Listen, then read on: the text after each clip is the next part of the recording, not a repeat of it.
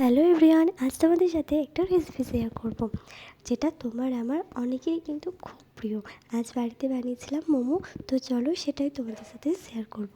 প্রথমে দেখো, চিকেনের কিমা নিয়ে নিয়েছি। এরপর আগে থেকে আমি পেঁয়াজ কুচি রেখেছিলাম, সেই পেঁয়াজ কুচিটা দিয়ে দিলাম এখন আদা আর রসুন কুচি।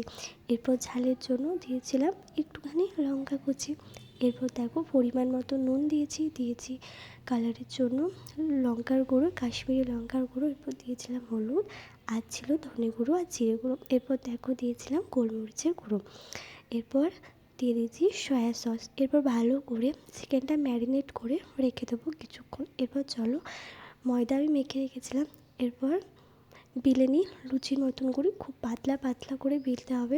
এখন চলো, মোমোর জন্য জল রেডি। জলটা কিছুক্ষণ গরম করে আমি মোমোটা স্টিম হওয়ার জন্য দিয়ে দিয়েছি।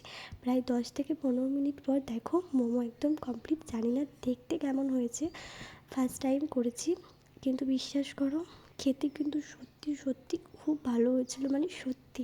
আর আমার এই রেসিপিটা পুরোটাই আমার মায়ের জন্য। তো যাই হোক, তোমাদের কেমন লাগলো অবশ্যই বলো।